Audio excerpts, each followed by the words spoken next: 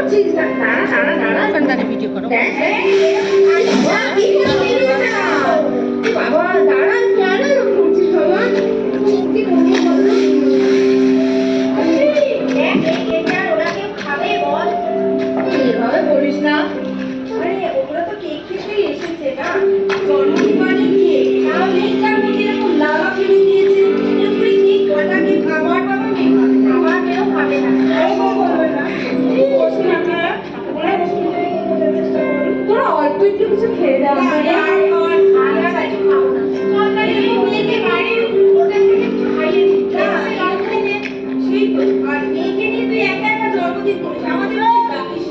কি বলছিস তোরা?